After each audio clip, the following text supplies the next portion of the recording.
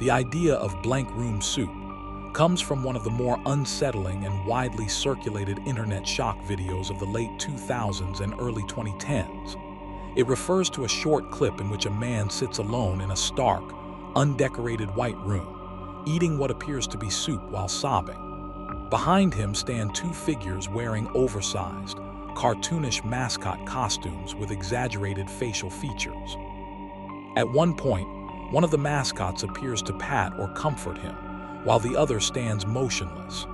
The emotional tone of the man, who seems deeply distressed, combined with the silent, looming presence of the mascots, created a sense of menace and ambiguity that fueled speculation for years. The video first gained traction on shock and gore aggregation sites before spreading to platforms like YouTube, Reddit, and various conspiracy forums. Its stripped-down aesthetic, plain white walls, minimal furniture, no music, no context, made it feel raw and unfiltered.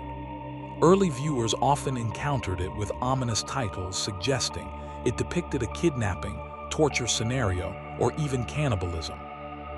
One especially persistent rumor claimed the soup contained human remains, possibly from a murdered person, and that the mascots were complicit in forcing the man to consume it. These interpretations were not supported by evidence, but they spread quickly because the video offered no explanation, and the emotional intensity of the man's crying seemed authentic. As the clip circulated, amateur investigators began trying to trace its origin. The mascot costumes were eventually linked to characters created by an artist known as Raymond Percy, sometimes referred to online in connection with a project called Ray Ray.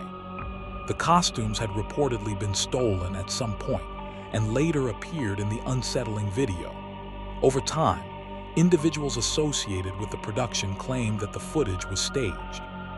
According to these accounts, the man was an actor, the soup was ordinary food, and the emotional breakdown was part of a performance. The project was intended as experimental or performance art rather than documentation of a crime. Much of the mystique surrounding blank room soup intensified when people began claiming that it originated on the so-called dark web, a term that is often used loosely to describe hidden or anonymous parts of the internet accessed through specialized software. As the video spread through shock forums and early viral platforms in the late 2000s, many reposts framed it as something that had been found in a hidden corner of the internet, implying that it was never meant for public viewing. This framing dramatically altered how audiences perceived it. Instead of being seen as an obscure art clip or experimental performance, it became recast in popular imagination as contraband media, possibly documenting a real crime. The association with the dark web gave the footage an aura of secrecy and danger, even though there is no verified evidence that it was first hosted there. The idea that blank room soup came from the dark web reflects a broader pattern in internet culture where ambiguous or disturbing content is retroactively linked to hidden networks in order to heighten its impact.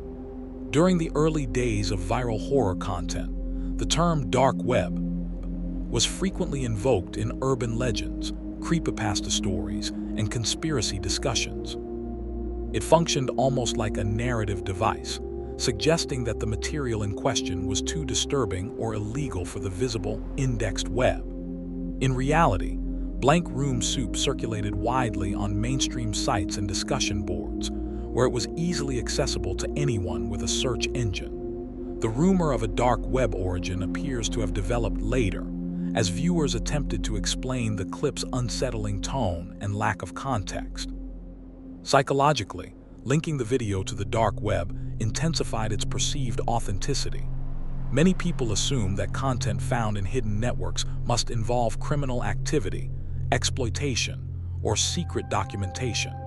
When viewers already unsettled by the sight of a crying man in a blank room encountered claims that the clip was sourced from a hidden network, it reinforced fears that they were witnessing something real and illicit. The mascots standing behind the man began to be interpreted not as costumes in a staged scene, but as symbols of a twisted underground ritual or forced humiliation. The soup itself became the focus of increasingly extreme speculation, including persistent rumors that it contained human remains. None of these claims have been substantiated, yet the dark web narrative gave them emotional traction. Ultimately, the connection between Blank Room Soup and the dark web illustrates how internet folklore evolves. A short, ambiguous video becomes unsettling. Its lack of context invites speculation. Speculation attaches itself to the most mysterious corner of the digital world. The rumor spreads until it becomes inseparable from the clip's identity. Yet when examined critically, the evidence points far more strongly toward staged performance art that escaped its original framing, rather than a piece of media secretly distributed through hidden criminal networks.